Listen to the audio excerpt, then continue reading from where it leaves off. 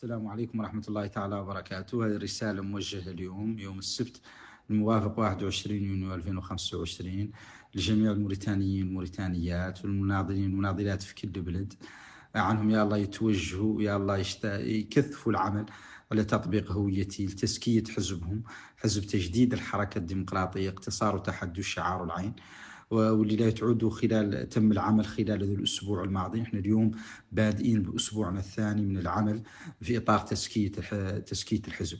وتعرفوا المراكز الحالة المدنية اللي يتم التزكية عن طريقهم، ورغم المشاكل اللي انجبرت فيهم اليوم هذا السبت والحد مراكز مقفولة، ولكن العمل الله على تطبيق هويتي. يا الله تكثفوا الجهود وكل حد علم يا الله يبلغ أرواقيج الآخرين اللي ما علمت. وهي رسالة موجهة لكم كاملين، ولا يا الله تتاكلوها، وحد اسمعها يا الله يبادر بالتزكية بشكل سريع ويتأكد عنه زكى حزبه وحزب تجديد الحركة الديمقراطية تحدي من أجل فرض التغيير، ومن أجل وجود موريتانيا متصالحة مع ذاتها يأتيها رزقها رغدا من كل مكان.